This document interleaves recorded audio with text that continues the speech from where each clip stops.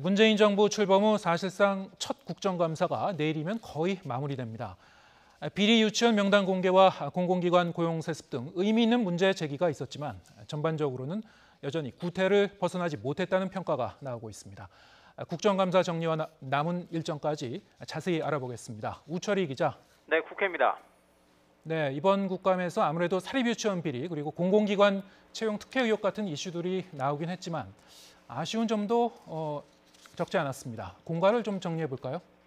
네, 여야에서 각각 사립유치원 비리 실태 고발과 서울교통공사 등 공공기관의 채용 특혜 의혹을 제기해서 큰 이슈가 됐습니다. 먼저 더불어민주당 박용진 의원이 처음 제기한 사립유치원 비리는 비리유치원 명단 공개와 국가교육회계 시스템의 사립유치원 도입 등 대책 마련이라는 의미 있는 성과까지 끌어냈습니다. 자유한국당 유민봉 의원이 제기한 서울교통공사 고용세습 의혹은 고용기관 전반의 정규직 전환 관련 친인척 관계 등을 확인하고 야 3당이 국정조사를 요구하는 결과로 이어지기도 했습니다.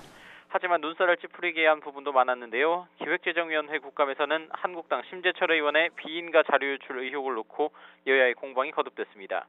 또 법제사법위원회에서는 법원 공보관실 예산 유용 의혹과 관련한 김명수 대법원장의 직접 신문 여부와 문재인 대통령의 발언을 둘러싼 난타전으로 거듭 파행을 빚기도 했습니다.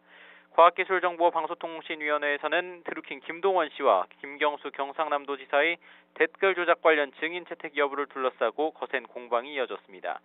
이와 함께 선동열 아시안게임 야구 국가대표팀 감독과 요리연구가인 백종원 씨의 증인 출석, 또 한국당 김진태 의원의 벵갈 고양이 동행을 둘러싸고 적절성 논란이 일기도 했습니다.